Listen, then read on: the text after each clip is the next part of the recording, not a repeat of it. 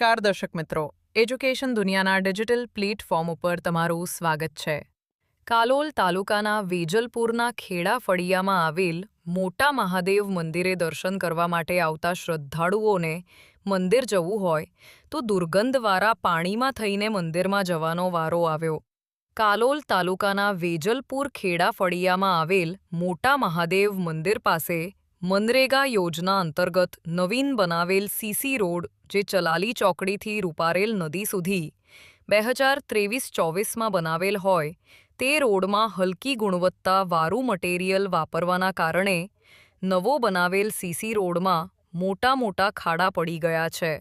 તેમજ રોડનું લેવલિંગથી કામ ન કરવાથી ચોમાસામાં તેમજ અન્ય દિવસોમાં પાણી ભરાઈ જવાની ગંભીર સમસ્યાનો સામનો કરતા ત્યાંના સ્થાનિક રહીશો અને રાહદારીઓ તેમજ મોટા મહાદેવ મંદિરે દર્શન કરવા માટે આવતા શ્રદ્ધાળુઓ જ્યારે મોટા મહાદેવ મંદિરે દર્શન કરવા માટે આવતા શ્રદ્ધાળુઓ ગંદા અને દુર્ગંધવાળા પાણીમાં થઈને મંદિરમાં જવું પડે છે.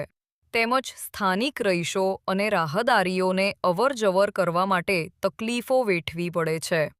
કોન્ટ્રાક્ટર દ્વારા ઓછી ગુણવત્તાવાળું મટીરિયલ વાપરવામાં આવ્યું છે અને એન્જિનિયરે ઓફિસમાં બેસી બિલો પાસ કરવામાં આવ્યા છે તેવી લોકમુખે ચર્ચા, જેથી આવા કોન્ટ્રાક્ટર અને અધિકારીઓની તપાસ જિલ્લા વિકાસ અધિકારી જાતે કરે અને કાયદેસરની કાર્યવાહી કરવામાં આવે તેવી લોકમાંગ ઉઠી છે. હવે જોવું રહ્યું કે આ સરકારી બાબુઓ વિરુદ્ધ જિલ્લા વિકાસ અધિકારી ખરેખર કાર્યવાહી કરશે કે પછી તેમનો બચાવ કરશે.